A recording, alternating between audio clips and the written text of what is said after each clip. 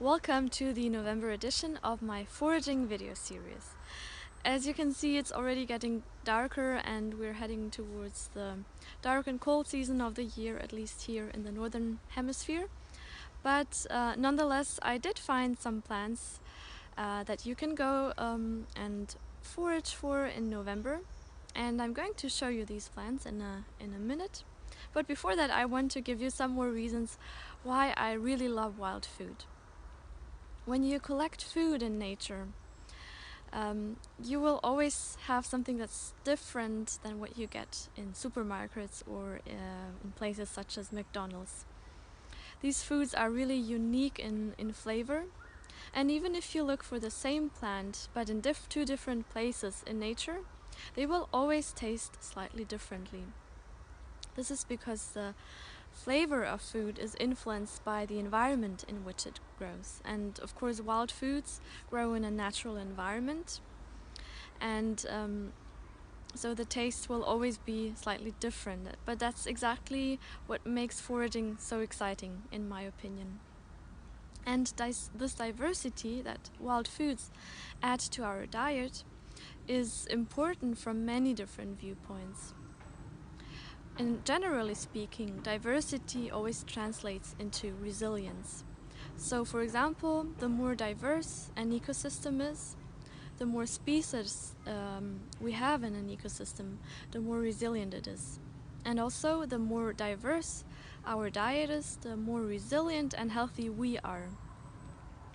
And this is especially relevant at times like these, at times of a global pandemic, because well, first, there is good scientific evidence that pandemics like these are more likely to occur with an increasing destruction of the biodiversity of our planet. And second, if we ourselves are healthy and have a strong immune system, then we are also less likely to suffer severe consequences from the infection with a virus like, for example, the coronavirus. And a more diverse diet also leads to a more resilient immune system. This is of course not to say that you're at no risk to suffer any consequences from the coronavirus. But it's definitely something that we should consider and that we should pay more attention to. I wish we would really focus more on these underlying issues and things that we can do to prevent rather than to cure. And the biological diversity of our food and of our ecosystems, and also the diversity of our diets, is something that we should definitely focus more on in the future. So I don't know if you've ever heard about these connections between the health of ecosystems and our own health and biological diversity. So if you like to, please feel free to share it in the comments with us. And now I'm going to show you what I found in November and what you can also find in your area and forage for to prepare for the coming winter months. Enjoy!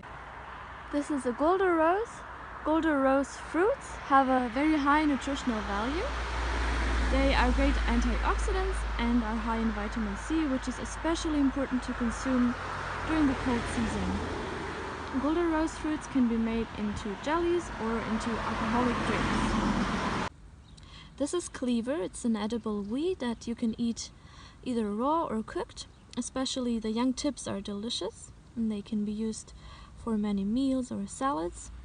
Cleavers are high in vitamin C and minerals such as silica, which are useful for the hair, nails, and teeth.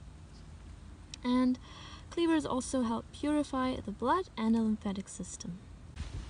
This is a chestnut tree. The fruits of the edible chestnut variety look like this. So chestnuts can be eaten roasted or cooked and made into pastries or even ground into flour. Chestnuts are very high in vitamin C and antioxidants, as well as magnesium, calcium, zinc, and iron. And chestnuts also help improve digestion and balance blood sugar. This is purple dead nettle.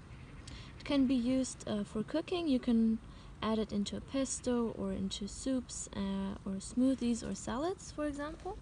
But I would never use it on its own because it has a rather specific flavor, so I would always combine it with other wild edible weeds.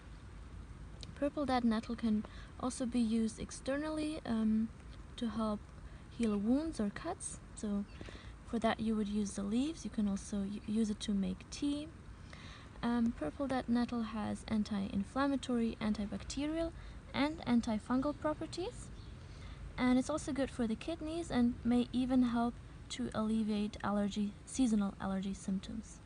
I hope you enjoyed this video, and please feel free to let me know if you learned something new, if something interests you more, if you'd like to learn more about some topic, some plant.